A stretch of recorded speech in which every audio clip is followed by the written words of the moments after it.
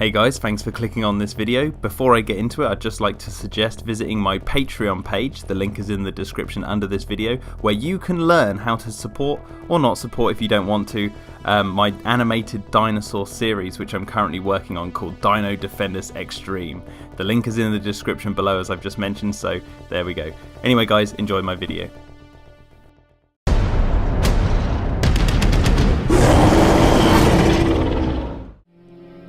In 1962, the two giants from the East and the West would do battle for the first time. King Kong vs Godzilla was released in 1962 and was directed by Ishiro Honda, who had previously brought the original Godzilla to life. This film would play out as an origin story for the Japanese version of Kong, meaning they would scale him up to do battle with Godzilla. However, this would actually be the third in the Godzilla series, following on from the end of Godzilla Raids again. At the end of that movie, and after fighting Anguirus, the King of Monsters would eventually get frozen in ice and would remain a popsicle until his escape from the icy prison at the beginning of King Kong vs Godzilla. It's interesting to note this would also be the first time that both the characters would appear in colour, both having two films in their respective libraries that were black and white to begin with. Although as mentioned, this movie picks up in the Showa era canon for Godzilla and does not follow on from Son of Kong. The plot is nothing special. The opening act basically retools the original King Kong, where a group from a pharmaceutical company travels to a mysterious island looking for a giant monster to help boost their TV ratings for the shows that their company sponsors.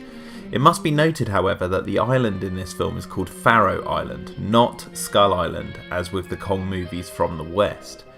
Whilst there, the characters encounter natives who are attacked by a giant octopus. The villagers fail to battle the octopus, which is eventually fought off by none other than Kong himself. Jeez, what in the feces flinging hell happened to Kong? Did someone run his head over before production began? Anyway, where was I? They capture Kong after he drinks some red berry juice and falls asleep. It's a hilarious scene with Kong acting all drunk and sleepy as the natives sing him off to the land of Nod. Anyway, where was I? Godzilla! Yes, he breaks free from the ice and begins to wreak havoc across all of Japan, making his way towards Tokyo. So basically Kong escapes during transport and the two monsters eventually meet and fight, although Kong initially backs down because, well, Godzilla has his atomic breath. Eventually the humans learn that Godzilla is afraid of electricity and that Kong is enhanced by it. So they transport Kong to Godzilla to force another fight in the hopes that they will kill each other off. And what we're left with is a battle of the giants. It's what we've been waiting for, and for the most part it's entertaining as hell. The ending sees the two monsters fall into the ocean and disappear from view. After a while, Kong resurfaces and swims away, leaving it up to speculation as to what happened beneath the waves. Although, in the fourth Godzilla film, Mothra vs Godzilla, he emerges from the dirt on the beach after being washed up and buried in the mud thanks to a hurricane. So perhaps Kong knocked him out and his body floated and who cares. This is one of my favourites from the kaiju genre. It's schlocky as hell, but boy does it entertain. There's some rather questionable makeup design when it comes to the natives, and the comedy falls flat most of the time, but we really didn't come here for that. We came to see King Kong and Godzilla fight it out. And whilst it does deliver on the goods, it mostly happens from the 50-minute mark onwards, which in a 90-minute movie means there is a lot of nonsense with the human characters. Now, don't get me wrong, the human stuff is entertaining to a degree. It has an odd charm to it all, but they underuse the title characters in my opinion.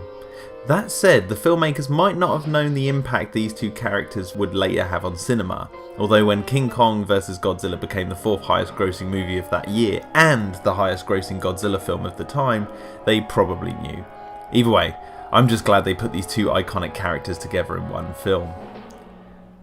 The movie's origins stem from the mind of Willis O'Brien, the man responsible for the stop motion effects in the original King Kong and its sequel Son of Kong. In 1960 he envisioned a movie where Kong would battle a monster created by Frankenstein.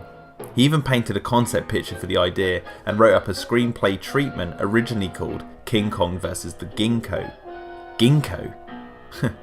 Anyway, Ginkgo was the name replacement for Frankenstein, as it was believed that the copyright for that name was still under Universal.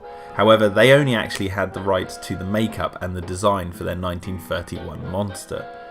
The treatment for King Kong vs. the Ginkgo would eventually be bought up by Toho, who replaced the Frankenstein monster with Godzilla and gave the lightning strengthening attributes to King Kong. There are a lot more facts I could talk about this film, but I must move on. We've got some more Kong movies to talk about. I'll just end on saying this film is crazy, and while it's far from perfect, it does hold a special place in cinematic history, as it was the first time these two characters would meet.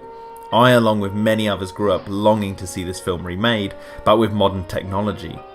With so much popularity around the two characters, I'm surprised it's taken this long, but the wait is getting shorter by the second. In 2020, Godzilla vs. Kong will be released and promises to be everything we've been waiting for. And to that, I say, bring it on.